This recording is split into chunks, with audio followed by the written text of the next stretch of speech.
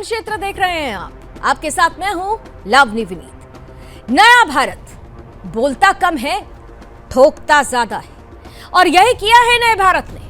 पाकिस्तान ने जो हिमाकत की, पाकिस्तान को इस बार भारत ने वो सबक सिखाया है जिससे उबरने में पाकिस्तान को सदियों लग जाएंगे। और भारत ने ये बता दिया है कि भारत के लिए आतंकवाद पर नो टॉलरेंस की नीति ही उसके लिए न्यू नॉर्मल है। ऑपरेशन सिंदूर में जिस तरीके की परिस्थिति पाकिस्तान में देखने को मिली है, वो साफ बता रही है कि पाकिस्तान डरा सहमा हुआ है। ऑपरेशन सिंदूर पर हमने पॉज किया है, प्ले कभी भी कर सकते हैं। पाकिस्तान अगर अपनी हरकतों से बाज नहीं आएगा तो फिर हमें इस ऑपरेशन सिंदूर को लगातार बारंबार जारी रखना होगा। देश के प्रधानमंत्री नरेंद्र मोदी, रक्षा मंत्री राजनाथ सिंह और गृह मंत्री अमित शाह पहले ही ये बोल चुके हैं कि पाकिस्तान ने इस बार जो किया है वो हर सीमा को लांघ गया, और इस बार वो होगा जिसकी उसने कभी कल्पना भी नहीं की होगी। और यही हुआ। कल्पना से परे जो तस्वीर पाकिस्तान ने देखी, पाकिस्तान के हुक्मरानों ने, पाकिस्तान की फौज ने और पाकिस्तान के आतंकियों ने, पाकिस्तान के आतंकी। ऐसा इसलिए कहना पड़ता है क्योंकि पाकिस्तान हर स्तर पर बेनकाब हो रहा है। हर लेवल पर भारत पाकिस्तान को लगातार बेनकाब कर रहा है। अब पाकिस्तान करे तो क्या करे?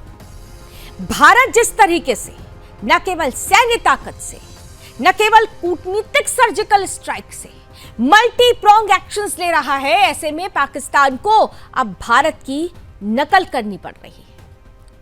पहले जिस तरीके से प्रधानमंत्री नरेंद्र मोदी हमारे सैनिकों के बीच में जाते हैं और जो तस्वीरें दुनिया के सामने आती है वो ये बताती है कि ये नया भारत है जो सच, सत्य और प्रमाण के साथ अपनी बातों को तथ्यों के साथ रखता है। अब पाकिस्तान की मुसीबत बढ़ती है। पाकिस्तान भारत की नकल करता है और चल पड़ते हैं शहबाज शरीफ फोटो सेशन कराने के लिए, लेकिन फौज के बीच में नहीं। वो तो पीछे एक पोस्टर लगा लेते हैं और ये बताते हैं कि देखो देखो ये है नया पाकिस्तान जिसने भारत को धूल चटा दी। लेकिन दुनिया ने देख लिया कि पाकिस्तान के साथ क्या हुआ, पाकिस्तान के आतंकियों के साथ क्या हुआ, पाकिस्तान की फौज के साथ आखिरकार क्या हुआ। अब क्योंकि पाकिस्तान के हुक्मरानों को, पाकिस्तान की फौज को अपनी ही आवाम के बीच में सवालों के घेरे में खड़ा होना पड़ रहा है, इसलिए पाकिस्तान बार बार कुछ ऐसे कदम उठा रहा है जो उसकी फेस सेविंग पॉलिसी को सामने रखता है। भारत ने यह ठान लिया है कि दुनिया में हर मंच पर, हर मोर्चे पर पाकिस्तान को बेनकाब करना है, और सिर्फ बातों से नहीं बल्कि साक्ष्यों के आधार पर। और यही वजह है कि भारत ने एक डेलीगेशन तैयार किया, एक ऐसी राष्ट्र नीति जिसमें देश की सरकार और विपक्ष के तमाम बड़े चेहरे मिलकर दुनिया भर में पाकिस्तान की इस आतंकी फितरत, इसके झूठ और फरेब को बेनकाब करेंगे। लेकिन यहां पर भी देखिए, पाकिस्तान, नकलची शहबाज शरीफ ने क्या किया? अपने यहां भी एक डेलीगेशन बनवा दिया। डेलीगेशन का नेतृत्व करेंगे कौन? वही बिलावल भुट्टो जो किधर भपकियां दे रहे थे कि पानी बहेगा नहीं तो उनका खून बहेगा। अब हमने क्या किया? हमने तो पानी भी रोक दिया और आपके आतंकियों को खून भी कर दिया। लेकिन बिलावल भुट्टो के डेलीगेशन जिसको लेकर अब चर्चा हो रही कि आखिर ये डेलीगेशन दुनिया के मुल्कों में जाएगा तो आखिर किस प्रमाण के साथ जाएगा? क्या अपने झूठे डॉजियर से एक बार फिर से गुमराह करने की कोशिश करेगा पाकिस्तान दुनिया को? और अगर ऐसा होगा तो क्या वक्त नहीं आ गया है कि भारत की जो नीति है उसमें दुनिया को अपने सुर से सुर मिलाने होंगे, क्योंकि यह नया भारत है जो आतंकवाद पर जीरो टॉलरेंस की नीति के साथ बोलता कम है, ठोकता ज्यादा है। आगे क्या होगा? भारत का अगला कदम क्या होना चाहिए भारत के अगले कदम में? और पाकिस्तान जिस तरह से झूठ और फरेब दुनिया को परोस रहा है, उससे पाकिस्तान को और कितना बड़ा झटका लगेगा, आज इसी पर खुलकर बात करेंगे। हमारे साथ आज बहुत बड़ा और बहुत खास पैनल जुड़ने वाला है, उनसे आपका परिचय भी कराऊंगी। लेकिन सबसे पहले आज के रणक्षेत्र की ये टीजर रिपोर्ट।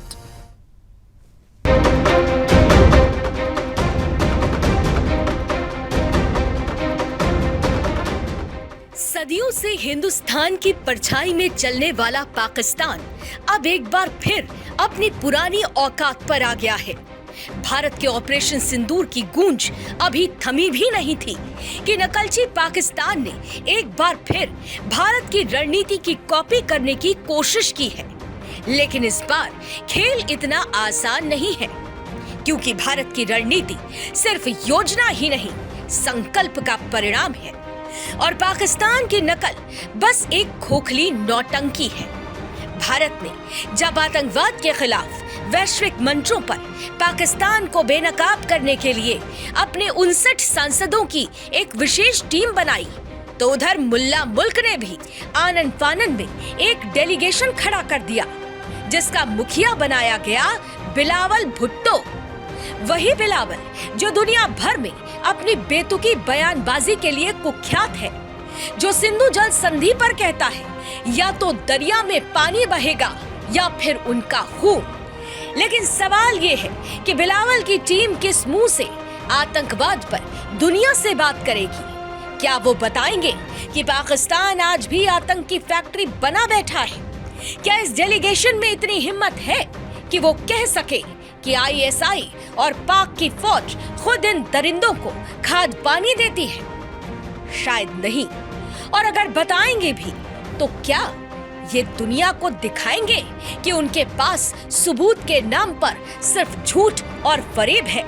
याद कीजिए, जब भारत के प्रधानमंत्री नरेंद्र मोदी वीर जवानों से मिलने पहुंचे थे, तब पाकिस्तान के प्रधानमंत्री शहबाज शरीफ ने भी आनन फानन में अपनी नापाक सेना से मिलने का ढोंग रच डाला। लेकिन फर्क देखिए, भारत के मंच पर MiG-29 और S-400 गरज रहे थे, जबकि शहबाज शरीफ के पीछे एक फटा पुराना 40 रुपए वाला पोस्टर पाकिस्तान की जमीनी सच्चाई की पोल खोल रहा था। यही अंतर है, भारत एक्शन में यकीन करता है और पाकिस्तान एक्टर गिरी में। भारत माता की, भारत माता की, भारत माता की, आलम यह है कि आज खुद पाकिस्तान की जनता अपने हुक्मरानों से पूछ रही है, कहाँ है सबूत, कहाँ है भारत के खिलाफ वो तथाकथित डॉसियर? लेकिन जैसा कहते हैं, नकल के लिए भी अकल की जरूरत होती है, और यही वो चीज है जो पाकिस्तान के हुक्मरानों के पास शायद कभी नहीं थी। इस बीच भारतीय सेना ने ऑपरेशन सिंदूर का नया वीडियो जारी कर दुनिया को एक बार फिर बता दिया है कि आतंक का समर्थन करोगे तो अंजाम भुगतना ही पड़ेगा। इनकी पीढ़ियां याद रखेंगी, ये बदले की भावना नहीं, ये न्याय था। पाकिस्तान पर नकेल कसते हुए भारत अब यूनाइटेड नेशंस में टीआरएफ को आतंकी संगठन घोषित कराने की दिशा में तेजी से बढ़ रहा है।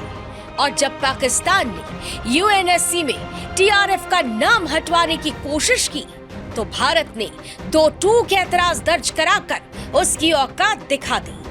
संयुक्त राष्ट्र की सुरक्षा समिति में जब पहलगाम के हमले को लेके एक प्रेस वक्तव्य जारी करने की बात चल रही थी, तो आप सोचिए किस देश ने टीआरएफ का, द रेजिस्टेंस फ्रंट का, उसमें मेंशन किया जाना, उसको अपोज किया?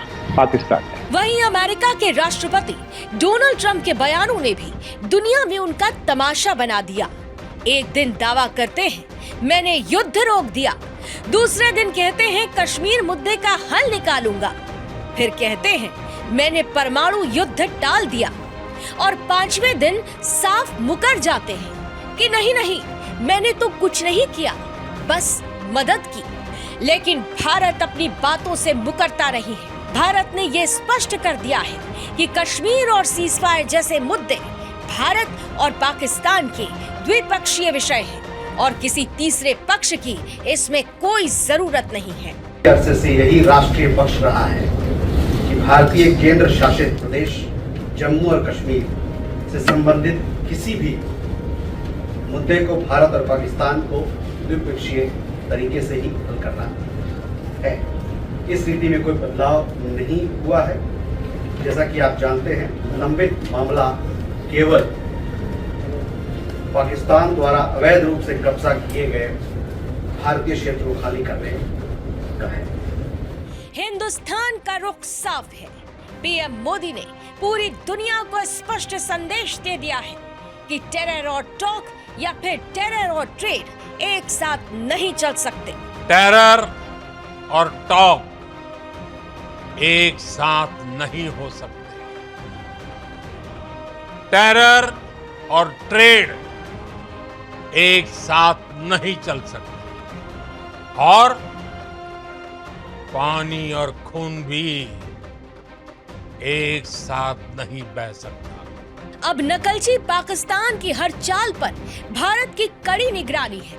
आतंक की गोद में पल रहे मुल्क की हकीकत ऑपरेशन सिंदूर ने उजागर कर दी है। बिलावल की टीम, शहबाज के पोस्टर और टीआरएफ की पैरवी, तीनों ही पाकिस्तान की बुरी तरह फजीहत करा चुके हैं और भारत ने बता दिया है ये नया हिंदुस्तान है जो बोलता कम और ठोकता ज्यादा है। Bureau report, Sudarshan news.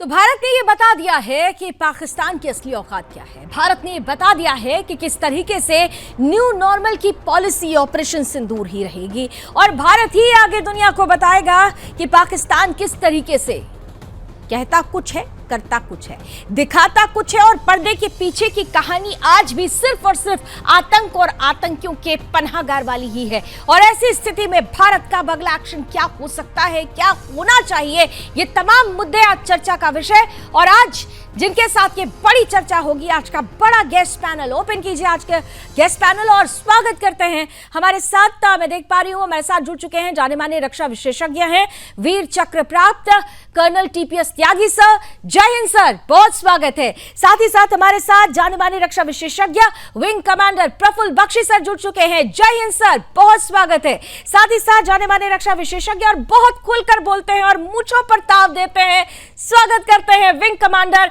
Pushkar Dwivedi ji का। जय हिंद सर, बहुत स्वागत। और साथ ही साथ जाने माने रक्षा विशेषज्ञ और विदेश मामलों के जानकार नरेंद्र सिंह जी भी हमारे साथ जुड़ चुके हैं, बहुत स्वागत है सर। जय हिंद। और आप चारों का कॉन्फिडेंस मैं हर रोज ही कह रही हूं कि आज लगभग महीने भर होने को आ रहा है जब हम ऐसी डिस्कशंस और डिबेट्स कर रहे हैं और यकीन मानिए जो हमारे दर्शक हैं वो ये कहते हैं कि आपके गेस्ट पैनल के हौसले को देखकर ही हम समझ लेते हैं कि हमारी फौज और हमारी सेना ने वहां पर किस तरीके से पाकिस्तानियों को उनके छक्के छुड़ाए होंगे। खैर, जो परिस्थितियां अभी बनी हुई है सर, मैं उस पर ही शुरुआत करती हूँ। उससे पहले एक बड़ी खबर आ रही है, ब्रेक कीजिए न्यूज इस वक्त की सबसे बड़ी खबर के साथ इस वक्त शुरुआत करते हैं। बड़ी खबर यह आ रही है कि पाकिस्तान में लश्कर का टॉप कमांडर मारा गया है। बड़ी और अहम खबर इस वक्त की है, अज्ञात हमलावरों ने सैफुल्लाह खालिद को ढेर कर दिया है।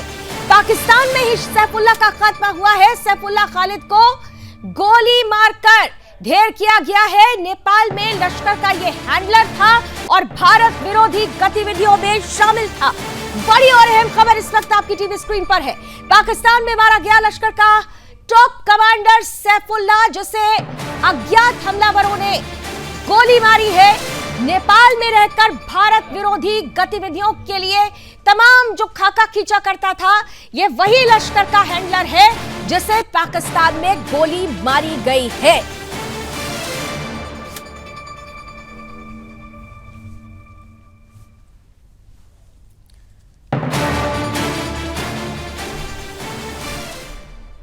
तो सैफुल्लाह खालिद को गोली मार दी गई है और इन सबके बीच टीपीएस सर, शुरुआत आपके साथ कर रही हूं।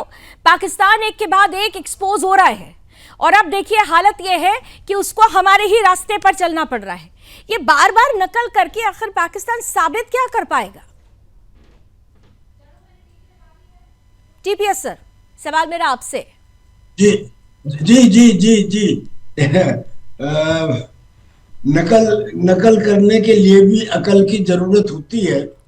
और वो अकल उसमें है नहीं। वो तो इस बात से पता लग गया था कि जब उसने झूठी तस्वीरें जम्मू एयरपोर्ट की, उधमपुर एयरपोर्ट की बताई और ये कहा कि राफेल के पायलट को हमने पकड़ लिया और 5 सुखोई गिरा दिए, सारी इंफॉर्मेशन झूठी निकली। तो नकल उसने कोशिश की कि मैं हिंदुस्तान की तरह से ही दिखाऊं कि मैंने क्या किया है, अब उसने नकल में बिलावल भुट्टो को भेज दिया है कि वो दूसरे देशों में जाए और जाके बताएं कि ऑपरेशन सिंदूर में क्या हुआ। अब सवाल ये उठता है कि बिलावल भुट्टो बताएंगे क्या? बिलावल भुट्टो क्या ये बता पाएंगे या ये कह पाएंगे कि नहीं साहब, हमारे जो 9 आतंकी संगठन कैंप थे जिसमें लश्कर तैयबा, जैश ए मोहम्मद, हिजबुल मुजाहिदीन इनके हेडक्वार्टर थे, इनकी एकेडमी थी, वो सब नष्ट हो गई कि वो नष्ट नहीं हुए, क्या ये कह पाएंगे? अच्छा, अगर ये नहीं कह पाएंगे तो क्या ये कह पाएंगे कि साहब हमारे जो एयर बेसिस थे, यानी कि Murid air base, Skardu air base, Noor Khan air base, Sialkot air base, Rafiqui air base, Sargodha air base, Jacobabad air base, Bholari air, यानी कि ये जो एयर बेसिस हैं जिनकी तस्वीरें सामने आ गई हैं, क्या ये बता पाएंगे कि साहब ये हमारे नष्ट नहीं हुए? और अगर ये कहेंगे कि हाँ साहब ये सब नष्ट हुए हैं, तो क्या ये बता पाएंगे कि हमने हिंदुस्तान के अंदर क्या नुकसान पहुंचाया? हिंदुस्तान के यहाँ की कौन सी तस्वीर वो दे पाएंगे, अलावा उन 2, 4, 10, 20 सिविलियंस को जिन्होंने उन्होंने मारा है?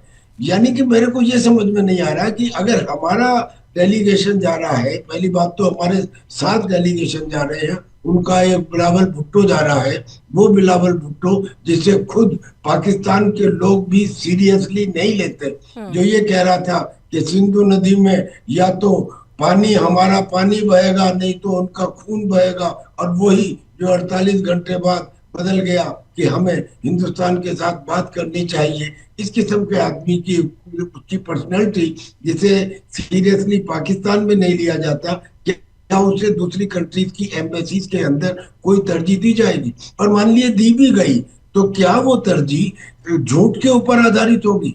कोई झूठ, कोई दूसरे लोग इस तरह से झूठ नहीं बोलते जैसे पाकिस्तान बोलता है, तो उसके जाने का क्या इफेक्ट होगा मेरी तो समझ के बिल्कुल परे है। अलावा इसके कि उन्हें कॉपी करनी है, क्योंकि हिंदुस्तान ने भेज दिए हैं डेलीगेशन, लिहाजा हम भी डेलीगेशन भेज रहे हैं। इससे ज्यादा और मुझे कुछ इसमें नजर नहीं आता। हाँ, नजर क्या आ रहा है? नजर आ रहा है पाकिस्तान के द्वारा एक षड्यंत्र रचा जा रहा है। अब जब बुरी तरह से हार हो गई है तो उसके द्वारा, हालांकि था तो ये पहले से भी, वो इस तरह से कि हिंदुस्तान के किसी एक बड़े शहर पर हमला किया जाए और ये दिखाया जाए कि ये हमला अफगानियों ने किया है। अब मान लीजिए अगर यही है, ये बात भी है, तो मुझे फिर उसकी नकल के ऊपर डाउट हो रहा है कि अफगानिस्तान ने तो खुद हिंदुस्तान से मदद मांगी है। हिंदुस्तान उनकी 2 नदियों के ऊपर पुल बना रहा है, डैम बना रहा है, और अफगानिस्तान ये कह रहा है कि डैम बनने के बाद हम पाकिस्तान का पानी ऐसे ही रोक देंगे जैसे इंडस वाटर अथॉरिटी के अंदर अब भारत उनका पानी रोक रहा है। तो फिर वो पाकिस्तान किस मुंह से ये बात कह पाएगा? बड़ा सवाल यही है। और प्रफुल्ल बख्शी सर, आप टीपीएस सर की ही बात को थोड़ा आगे ले जाते हुए, क्योंकि देखिए एक कहावत सभी ने सुनी हुई है और ये कहा भी जाता है कि जब तक सच शूज पहन रहा होता है, जूते में अपने पैर डाल रहा होता है, झूठ आधी दुनिया घूम चुका होता है। लेकिन इस बार पाकिस्तान का जो झूठ है वो आधी दुनिया नहीं, इस वक्त उसकी कोशिश हो रही कि पूरी दुनिया में वो झूठ फैलाएं। लेकिन पाकिस्तान को हम प्रमाण के साथ झूठा करार दे रहे हैं। ये जो पाकिस्तान की कोशिशें होंगी, क्या इस बार विफल साबित होंगी, लगता है आपको? प्रफुल्ल बख्शी। देखिए लावनी जी सर, पाकिस्तान, मेरी आवाज आ रही है? बिल्कुल आ रही है सर, एब्सोल्युटली आ रही है। मेरी आवाज आ रही है? आ रही है सर, आ रही है। लावनी जी देखिए, लावनी जी देखिए, पाकिस्तान जो कह रहा है, अब उसको कहने में भी थोड़ी सोच लगानी पड़ेगी। उसे कोई उसकी जो नीति है वो बिल्कुल फेल हो गई है। उसको ये नहीं पता कि कौन से छज्जे को पकड़े, किसका सहारा ले। At the moment Pakistan has lost his cause. उनको ये नहीं, अब वो अपने देश को बचा नहीं पा रहे हैं। बलूचिस्तान और सिंध उनके हाथ से निकल रहा है, चाइनीज प्रेशर डाल रहे हैं। छज्जा तो पकड़ा हुआ था उन्होंने, हमने उस छज्जे को भी तोड़ दिया सर। वो छज्जा उन्होंने ट्रंप वाला पकड़ रखा था, हमने उसे भी तोड़ दिया। ट्रंप बिल्कुल जी, वो भी टूट रहा है। और उनके अपने जो लोग हैं, उनकी जो इंटरनल आर्मी के जो स्ट्रक्चर है वो कोलैप्स हो रहा है। और पाकिस्तान जो पॉलिटिकल बॉडीज हैं जिन पे वो डिपेंड करते थे कि वो हिंदुस्तान के खिलाफ आवाज लगाएंगे, इत्यादि इत्यादि, वो सारे के सारे इंक्लूडिंग इमरान खान की पार्टी और यूथ, सारा पाकिस्तान का इज नॉट विद पाकिस्तान कि आप आतंक फैलाओ, कश्मीर का मुद्दा लाइव रखो और वो बातचीत की बात करते हैं। वो बातचीत कहते तभी होगी जब आपस में डायलॉग होगा, आना जाना शुरू होगा, दरवाजे खुलेंगे। वो ये चाहते हैं, फैलसूफी चाहते हैं, प्रोग्रेस चाहते हैं, इकोनॉमिक प्रोग्रेस चाहते हैं। इसलिए पाकिस्तान का झूठ वो चलेगा ही नहीं, कोई बिलीव नहीं करेगा। अब अफगानिस्तान को वो ड्रैग इन कर रहा है, अफगानिस्तान पे हंसेगा और कल 1-2 अटैक और हो जाएंगे, फिर देखना अफगानी तालिबान जो करेगा फिर वो रोएंगे। तो ये पाकिस्तान को इस समय प्रॉब्लम बड़ी आई हुई है और इस समय उनका चाइनीज जो आर्मी है वहां पे वो उनको प्रेशर में डाल रही है, उसको नहीं वो हल कर पा रहे हैं। मेरे ख्याल से टेररिज्म का सहारा लेना उनको बड़ा महंगा पड़ा, क्योंकि हम टेररिज्म को बड़ी जल्दी खत्म कर रहे हैं। हमारे स्लीपर सेल्स अब हमने काबू में करने शुरू कर दिए हैं। सारा का सारा जो गेम इंडिया से स्टार्ट होगा, जो हम स्लीपर सेल्स काबू कर रहे हैं, तभी पाकिस्तान निहत्था और बिल्कुल निराश है। हाँ, अब वो चाइनीज और टर्की पे गुहार लगा रहा है कि वो क्या उसको सलाह देते हैं।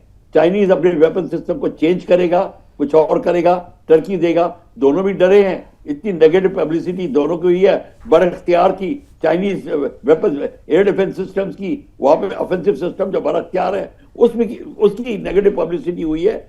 ये चाइनीज और टर्की को महंगी पड़ रही है। ओवरऑल इस समय स्थिति, पाकिस्तान अगर चाहेगा कि मैं टेंशन इंक्रीज करूं इंडिया के साथ, आज 18 तारीख है, 18 तारीख खत्म होने वाली है, उसके बाद उसको डिसाइड करना है कि where does he stand, does he agree कि हम टेररिज्म बिल्कुल खत्म करेंगे या नहीं करेंगे। अगर वो नहीं करता तो बात ही नहीं होगी इंडिया के साथ में। अगर बात नहीं होगी, we will continue as we were, और ये प्रॉब्लम पाकिस्तान के लिए बहुत महंगी पड़ेगी। बिल्कुल बहुत महंगी पड़ेगी। और जैसा आपने बात कही कि आज 18 तारीख है, पुष्कर जी आपके पास एक सवाल लेकर आ रही हूँ। आज 18 तारीख है और आज ही वो डेडलाइन ये कहा जा रहा था, और यही वजह रही कि ये पाकिस्तान की तरफ से एक और झूठ देखिए कैसे फैलाया गया। कहा गया कि आज डेडलाइन खत्म हो रही है, डीजीएमओस की फिर से मीटिंग होगी। इशाक डार विदेश मंत्री ये कहते हुए, हर जगह ये कहते हुए फिर रहे हैं, जबकि भारत ने ये कह दिया कि देखो हमारा स्टैंड क्लियर है, आप शांत रहोगे तो हम आगे कुछ सोच सकते हैं, आप अगर बिगड़ जाओगे तो फिर हम उससे भी ज्यादा बिगड़े हुए नजर आएंगे। जो ये सीज फायर जैसी जो स्थिति है, ये सीधे तौर पर बता रही है कि भारत अपनी शर्तों पर आगे चल रहा है। लेकिन फिर भी अगर वहां के विदेश मंत्री सीज फायर को लेकर इस तरह से झूठा प्रोपेगेंडा कर रहे हो तो इसका क्या मैसेज जाता है? जी, मैंने तो पहले ही बताया था लावनी जी कि पाकिस्तान एक ऐसा नेशन है जो अपने ही लोगों पे साइकोलॉजिकल वॉरफेयर करता है और झूठ और प्रोपेगेंडा पे ही वो बसता है। सबसे पहले तो जो आपने खबर बताई थी, जो कि सैफुल्लाह खालिद या सैफुल्लाह कसूरी के मारे जाने की, वो बहुत बड़ी खबर है, क्योंकि यही वो व्यक्ति है जिसने 2001, 2005, 2006 में आरएसएस के ऊपर जो हमला हुआ था, और अभी पहलगाम अटैक, उसमें भी ये वन ऑफ द मास्टरमाइंड्स था। तो इसको तो अल्लाह की बिरयानी की तरह इसको भी मार दिया गया, बड़ी खुशी की बात है। तो पाकिस्तान तो प्रोपेगेंडा करता ही है। लेकिन अभी ये क्लियर नहीं हुआ, खबर ये आ रही है कि कुछ अज्ञात लोगों ने गोली मारी है। हाँ, तो वही अल्लाह की बिरयानी जैसे शाहीन बाग में आ रही थी, वैसे ही हमारी मदद करने के लिए कुछ आ जाती है अल्लाह की बिरयानी। और इसके पीछे काफी समय से हम लोग पड़े हुए थे, और अच्छा हुआ इसको अल्लाह की बिरयानी नहीं मार दिया। भारत को कोई डायरेक्ट इसमें इन्वॉल्वमेंट से डिनाई करने का मौका मिल गया। एनीवेज, तो मैं कह रहा था कि जो साइकोलॉजिकल वॉरफेयर है ये अपने ही लोगों में करता है। और पहले दिन से लावनी जी आपके ही प्रोग्राम से हम लोग बात कह रहे हैं कि पाकिस्तान को दो ही तरीके की युद्ध आते हैं, एक टेररिज्म और दूसरा साइकोलॉजिकल वॉरफेयर। तो पाकिस्तान तो ये झूठ करेगा ही करेगा, लेकिन हमारे नागरिकों को यह समझने की आवश्यकता है कि ये बहुत अच्छा कदम है जो हमने 7 डेलीगेशंस बनाए हैं। एक्चुअली होता क्या है कि जब भी इस तरह के वॉर होती है, कॉन्फ्लिक्ट्स होती है, तो हमारे पास बहुत सारी इंफॉर्मेशन आती है। देखिए, सैटेलाइट टेक्नोलॉजी में भारत का वर्ल्ड में 3रा स्थान है। हमारे पास इतनी ज्यादा इंफॉर्मेशन और एविडेंसेस आते हैं, लेकिन हम उनको सार्वजनिक रूप से नहीं रख सकते। हम हर एविडेंस को, हर चीज को सार्वजनिक रूप से प्रेस रिलीज में नहीं बता सकते। तो इन कंट्रीज में हमारे डेलीगेशन जो जाएंगे वो मेनली इन छुपे हुए एविडेंस जो भारत सरकार ने अभी तक रिलीज नहीं किए, जो क्लासिफाइड है, उन एविडेंस को दिखाएंगे और ये बताएंगे क्रोनोलॉजिकल वे में कि किस प्रकार भारत ने सिर्फ टेरर पे पिन पॉइंटेड अटैक किया था और जो पाकिस्तान की आर्मी एंड एयरफोर्स है वो टेररिज्म के सपोर्ट में युद्ध में उतरी। देखिए बहुत बड़ी बात है, ये जो शिफ्ट है, ये जो पैराडाइम शिफ्ट है वर्ल्ड का, ये बहुत इंपॉर्टेंट है कि वर्ल्ड ये समझे कि भारत ने सिर्फ टेररिज्म के खिलाफ अटैक किया था। जहां जहां जो ठिकाने थे, पहली स्ट्राइक में जो भारत के जो टारगेट थे वो सिर्फ टेरर मॉन्गरिंग प्लेसेस हैं, वो थे, टेरर के अड्डे थे। लेकिन उसके सपोर्ट में किस प्रकार पाकिस्तान एयरफोर्स और पाकिस्तान आर्मी ने कार्रवाई की, पूरी विश्व को ये समझाना जरूरी है और हिडन एविडेंसेस दिखा करके पूरे विश्व को ये समझाना जरूरी है कि हमने तो आतंक के खिलाफ लड़ाई छेड़ी थी। नरेंद्र जी, हम अपने स्टैंड पर क्लियर थे, हमने आतंक और आतंकवाद के खिलाफ लड़ाई छेड़ी थी, वो युद्ध था, लेकिन पाकिस्तान ने उसे अपना युद्ध बना लिया और उसके बाद फिर पाकिस्तान को मुंह की खानी पड़ी है। लेकिन जिस तरीके से भारत ने अपनी स्ट्रैटेजी बनाई, वो चाहे सैन्य स्तर पर हो या कूटनीतिक स्तर पर हो, एक स्टैंड क्लियर है, no terror no talk, no terror no trade. और अगर आप ये समझते हैं कि आप आतंक को खाद पानी देते रहेंगे तो भूल जाइए साहब, ये नया भारत है, ऑपरेशन सिंदूर ही इसकी न्यू नॉर्मल होने वाला है इसके लिए, भारत के लिए। तो ऐसी परिस्थिति में जो आज का, जो अभी इस वक्त का भारत है, उसकी जो पॉलिसीज हैं, क्या वैश्विक डिप्लोमेसी में उसको स्वीकार्यता मिल जाएगी जब हम इस डेलीगेशन को भी आगे दुनिया में उतारेंगे उसके बाद? नरेंद्र जी सर अनम्यूट कर लीजिए प्लीज। जी राबड़ी जी, जी जी बिल्कुल। देखिए, भारत की डिप्लोमेसी को ऑलरेडी विश्व भर में स्वीकार कर लिया गया है। मैं बता सकता हूं, I have travelled many countries recently, और पाकिस्तान की जो स्थिति है, जहां भी पाकिस्तानी जाते हैं, जिस देश में भी, I have seen even Dubai, Saudi और आपके मस्कट या कहीं भी जाएं आप, ओआईसी कंट्री में भी अगर ये ट्रेवल करते हैं, उन्हें शक की नजर से देखा जाता है, उन्हें कहीं ना कहीं एडिशनल सिक्योरिटी उनकी की जाती है, रोका जाता है। तो उनकी क्रेडिबिलिटी, उनकी डिप्लोमेटिक कहाँ स्टैंड करती है, ये जग जाहिर है ऑलरेडी। और भारत की एक और चीज बहुत स्पष्ट है, सबको पहले भी ब्रीफ कर दिया है, हर वैश्विक मंच पर भारत ने कर दिया है क्लियर कि आतंकवाद के प्रति हमारी जीरो टॉलरेंस की पॉलिसी है।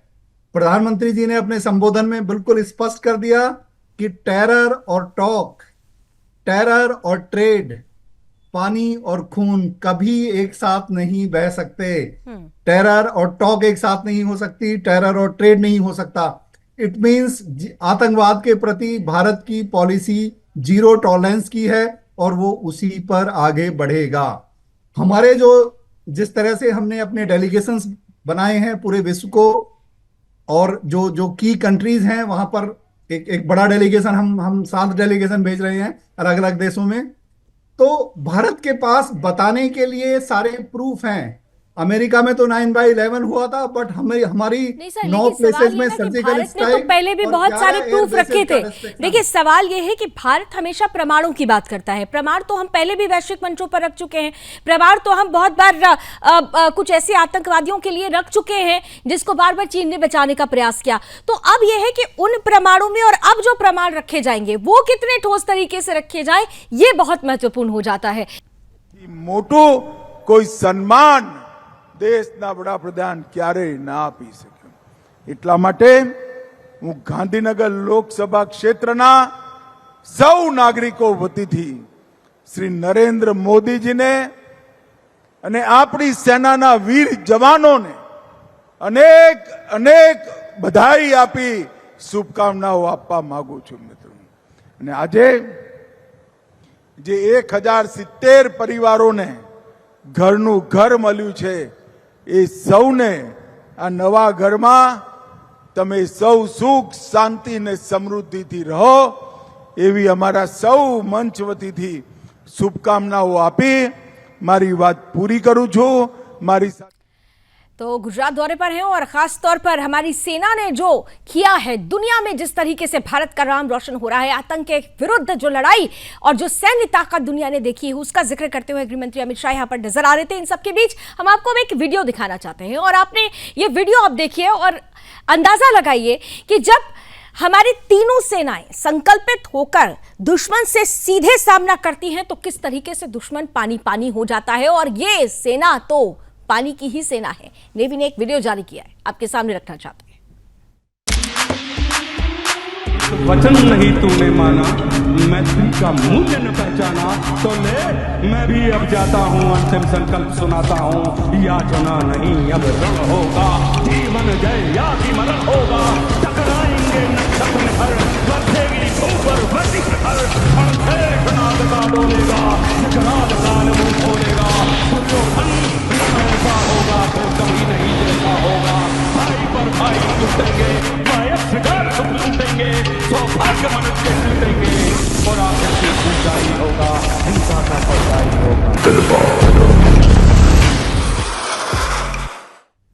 याचना नहीं अब रण होगा, और वही रण है, वही रणभूमि है जहां पर हमारी देश की सेना ने पाकिस्तान को धूल चटाई है। लेकिन सबसे बड़ी बात टीपीएस सर, हम बार बार कह रहे हैं कि हम तो उस पोजीशन पर आ चुके हैं और पहले भी थे कि हम पाकिस्तान को हर बार धूल चटाते रहे हैं, लेकिन पाकिस्तान की जो फितरत रही है झूठ बोलने की, आतंक को पनाह देने की, ये कुछ नया नहीं है। उसका तो डीएनए ही आतंक और आतंकवादियों से ही बना है, मुझे सीधे तौर पर यह कहना चाहिए। तो इस बार अलग क्या होगा? हम जिस पर कह रहे हैं कि हम नए तरीके से आगे बढ़ेंगे, तो अलग क्या होगा? कैसे इस बार हम पाकिस्तान को सचमुच पूरी तरह से बैकफुट पर ला सकेंगे? टीपीएस सर, देखिए दो बातें हैं। पहली बात तो ये, और जो हमारे प्राइम मिनिस्टर के वक्तव्य में आ भी गई, वो पहली बात ये थी कि हम घर में घुसकर मारेंगे और पाकिस्तान में कोई ऐसी जगह नहीं है जहां पे आतंकी अब सुरक्षित हो। इसको यहाँ से समझिए कि जब हमने सर्जिकल स्ट्राइक की, हम एलओसी से 3 किलोमीटर अंदर गए। जब हमने बालाकोट एयर स्ट्राइक की तो हम एलओसी से 50 किलोमीटर अंदर गए, और अब जब ऑपरेशन सिंदूर किया तो हम 150 किलोमीटर अंदर गए। ये बताने के लिए काफी है कि now every part of Pakistan is in our reach, number 1। Number 2, उन्होंने कहा गोली का जवाब गोला से देंगे, यानी कि एक न्यूटन का लॉ है जो कहता है कि for every action there is a equal and opposite reaction. तो उन्होंने कहा no sir, now it is not equal and opposite, now it will be massive and opposite reaction, यानी कि गोली का मतलब गोले से दिया जाएगा। और तीसरा जो फाइनल है, और जिसके लिए ये 7 हमारे डेलीगेशन जो गए हैं, ये वहां पे ये बताने नहीं गए हैं कि हमने क्या जीता या हमने क्या शौर्य दिखाया, ये वहां ये बताने गए हैं कि आतंकियों के जनाजे को मिलिट्री ऑफिसर्स कंधा देते हैं और आतंकियों के मारे जाने पर उन्हें शहीद का दर्जा देकर 1-1 करोड़ रुपए का कंपनसेशन देते हैं। लिहाजा वहां पाकिस्तान में आतंकियों में और एस्टेब्लिशमेंट में या आर्मी ऑफिसर्स में या जवान में कोई फर्क नहीं है। इस बात को सबूत के साथ वह बताने गए हैं। और मैं एक बात और कहूं कि पाकिस्तान जो है ये बड़ा एक किस्म के भुइयां भी है। मैं ये समझता हूं कि शायद बिलावल भुट्टो का जाने का मतलब ये होगा कि दूसरे देशों के सामने जाके रोए कि साहब देखिए हमें कितना पीटा है, हमारा कितना नुकसान हुआ है, हमें तो इन एयर बेसिस को बनाने में सालों लग जाएंगे, हमारे इतने एयरक्राफ्ट तबाह हो गए, और तो और हमारा airborne warning and air control system भी तबाह हो गया, एयर डिफेंस भी तबाह हो गए, रडार भी तबाह हो गए। अब तो कम से कम हमारे कटोरे में कुछ पैसा डाल दीजिए तो ये हो सकता है। सीधे तौर पर आप कह रहे हैं कि फिर से कटोरा लेकर खड़ा होना है, जैसा कि रक्षा मंत्री कह भी गए हैं कि लाइन वहीं से शुरू हो जाती है भिखारियों की, और बिलावल भुट्टो यही काम करने के लिए आगे बढ़ रहे हैं। लेकिन सबसे बड़ा सवाल तो ये है, एक और सवाल है जो मन में आता है कि कहीं ऐसा तो नहीं है कि, बख्शी सर आपके पास आ रही हूं, कहीं ऐसा तो नहीं है क्योंकि एफएटीएफ में एक बार पहले भी 18 से 2022 तक पाकिस्तान था, किसी तरीके से बाहर निकला, और अब तो हमने पूरी तरह से फिर से कोशिश शुरू कर दी है। कहीं ऐसा तो नहीं है कि उस छवि को भी सुधारने के लिए ये डेलीगेशन कुछ काम करे, फेस सेविंग का कुछ काम कर ले, कुछ इमेज बिल्डिंग का काम कर ले? एफएटीएफ की मीटिंग से तो नहीं डर लग रहा है पाकिस्तान को, जो आने वाले दिनों में होने वाली है? देखिए लावनी जी, पाकिस्तान को कोई डर नहीं लग रहा है। आप मान के चलिए कि एफएटीएफ थोड़ा लटकाएगा और पैसा दे देगा। पाकिस्तान के खिलाफ आप जितने भी प्रमाण दीजिए, जितने भी डोसियर दीजिए, उसको मदद करने वाले बहुत हैं। अभी बताइए आईएमएफ का लोन कैसे साइन हुआ उसका? Exactly. क्योंकि आपकी डार्लिंग अमेरिका ने उसको साइन कराया। तो आप किस बात से करें, आप देते रहिए प्रमाण, पाकिस्तान को कोई फर्क नहीं पड़ेगा। और दूसरी बात है, हम हर बार हमला करते हैं, फिर वापस आ जाते हैं तो पाकिस्तान को क्या हुआ, फिर तैयार हो जाता है, फिर आप हमला करते फिर वापस आ जाएगा। देखिए लावनी जी, आप पूछ रहे थे क्या करना है, बाकी सबको छोड़िए, जहां जहां हमला आपने करना है उस जगह को ऑक्यूपाई करिए, चाहे 5 स्क्वायर किलोमीटर ही हो, चाहे एक पोस्ट हो, चाहे 2 पोस्ट हो, आप उसको ऑक्यूपाई करना शुरू करिए right from the border upward. PoK आप छोड़िए, पाकिस्तान को सिर्फ पीओके पे कंसंट्रेट करिए और वहां करिए, आप देखेंगे पाकिस्तान की हालत क्या होगी। नहीं तो हम कह तो यही रहे हैं सर, कह तो हम यही रहे हैं कि पीओके से नीचे बात नहीं करेंगे, बोला तो यही जा रहा है। हम कह रहे हैं हमें करना होगा, ये बात ये नहीं है अगर आप घोड़े पे बैठे, आप घोड़ा ले रहे हैं तो घोड़े पे बैठना भी होगा, तो आपको करना होगा। अब ये नहीं होगा कि अब पीओके नहीं लेंगे, लेंगे लेंगे लेंगे, कब तक करेंगे। देखिए सच्चाई भी बोलनी चाहिए अब, और सच्चाई शुतुरमुर्ग की पॉलिसी ठीक नहीं होती। अब आपको लेना पड़ गया, तो पहले से हम सोच रहे, मैं तो खुद सोच रहा था कि हम लेन देना शुरू कर देंगे, हमने अभी तक डिले करा है। अब कुछ खास चीजें सोच के किया होगा which is beyond my understanding, मेरे को सब कुछ पता नहीं है, मैं दिल्ली में बैठा हूं, शायद उनके साथ होता तो पता चल जाता, बट आई पर्सनली फील हमको अब डिले नहीं करना होगा। 18 तारीख हो गई है, अब उनसे पूछना होगा और इससे ज्यादा आगे बातें नहीं करनी। 18 तारीख की डेडलाइन, आस्क पाकिस्तान, हाँ भैया आप कहां हो, ये बात पूछिए। जब तक आप ये बात नहीं पूछेंगे पाकिस्तान को प्रेशर नहीं पड़ेगा। And don't let Trump say anything.